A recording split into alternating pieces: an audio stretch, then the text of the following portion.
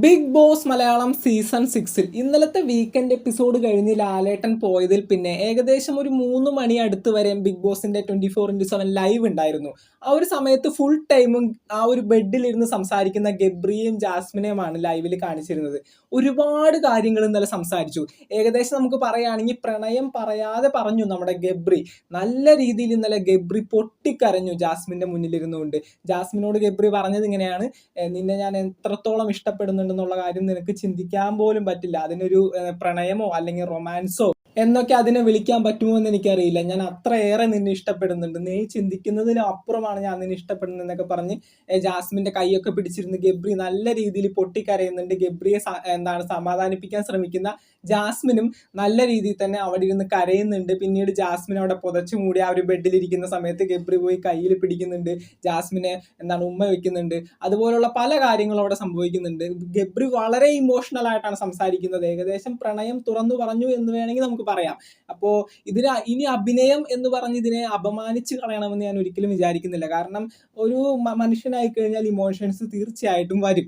ഇപ്പോൾ Jasmine big boss വീട്ടിൽ വെച്ചും അതുപോലെ തന്നെ ബിഗ് ബോസിൽ കയറുന്നതിന് മുന്നും പറഞ്ഞിട്ടുണ്ടായിരുന്നു, ഞാൻ ഒരാളായിട്ട് ഇഷ്ടത്തിലാണ്, എൻ്റെ ഒരു കൂട്ടുകാരൻ എന്നെ പ്രപ്പോസ് ചെയ്തു, ബിഗ് ബോസിന് ശേഷം ഞാൻ അവന് റിപ്ലൈ കൊടുക്കാമെന്നാണ് പറഞ്ഞിരുന്നത്. പക്ഷെ ജാസ്മിൻ്റെ അച്ഛൻ പറഞ്ഞത് ചെറിയ തോതിൽ അവരുടെ എൻഗേജ്മെന്റ് ഒക്കെ നടത്തി ഏകദേശം ജൂലൈ മാസത്തോടടുപ്പിച്ച് ജാസ്മിൻ ബിഗ് ബോസിൽ നിന്ന് എത്തിയതിനു ശേഷം കല്യാണം എന്നുള്ള ഒരു രീതിയിൽ വരെയും എത്തി എന്നാണ് ജാസ്മിൻ്റെ അച്ഛൻ്റെ ഇന്റർവ്യൂവിൽ നമുക്ക് മനസ്സിലായത്. പക്ഷെ ജാസ്മിൻ പറയുന്നത് ഇങ്ങനെയാണ്, ഞാൻ ബിഗ് ബോസിന് ശേഷം അവനൊരു റിപ്ലൈ കൊടുക്കാമെന്ന് വിചാരിച്ചാണ് ഇരിക്കുന്നതെന്ന്.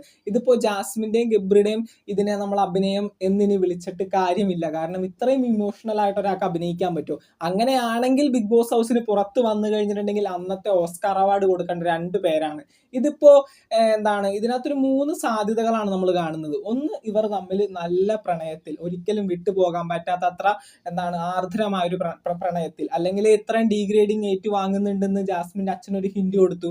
അതോടൊപ്പം തന്നെ ലാലേട്ടൻ വരുന്ന വീക്കെൻഡ് എപ്പിസോഡുകളിൽ അവിടെ ഇരിക്കുന്ന വ്യൂവേഴ്സിന്റെ കയ്യടികളിലൂടെ ഇവർക്ക് മനസ്സിലാകും.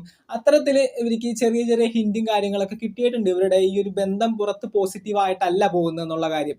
അപ്പോൾ ഇതും അറിഞ്ഞിട്ട് ഇവർ ഇത്തരത്തിൽ പെരുമാറുന്നുണ്ടെങ്കിൽ തീർച്ചയായിട്ടും ഇവർ തമ്മിൽ വിട്ടുപിരിയാൻ പറ്റാതെ അത്ര സ്നേഹത്തിലാണെങ്കിൽ ആ ഒരു സ്നേഹത്തെ നമ്മൾ തീർച്ചയായിട്ടും സപ്പോർട്ട് ചെയ്യും. അതോടൊപ്പം തന്നെ ഒന്നില്ലെങ്കിൽ ഇവരിൽ ആരെങ്കിലും ഒരാൾ അഭിനയിക്കുന്നു, അല്ലെങ്കിൽ 2 പേരും തന്നെ ഗെയിമിന് വേണ്ടി അഭിനയിക്കുന്നു എന്നുള്ള രീതിയിലാണ് ഇപ്പോൾ 3 സാധ്യതകളാണ് നമ്മൾ ഇതിൽ കാണുന്നത്.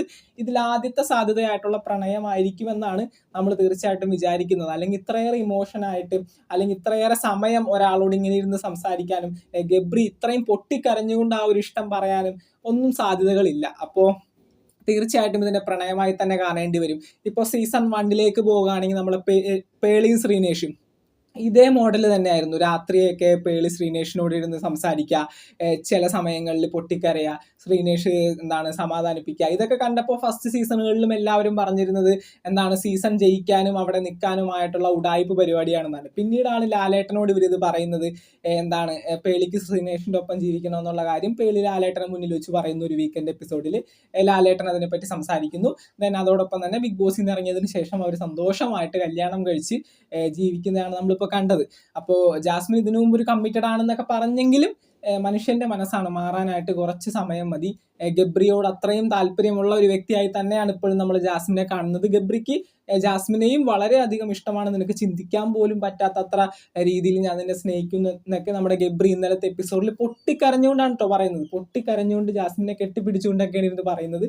അതോടൊപ്പം തന്നെ അവർ തമ്മിൽ കെട്ടിപ്പിടിക്കുന്നുണ്ട്, ഉമ്മ വയ്ക്കുന്നുണ്ട്. ഇതൊക്കെ കാണുമ്പോൾ നമുക്ക് തീർച്ചയായിട്ടും ഇതിനെ പ്രണയമായി തന്നെ പറയേണ്ടി വരും.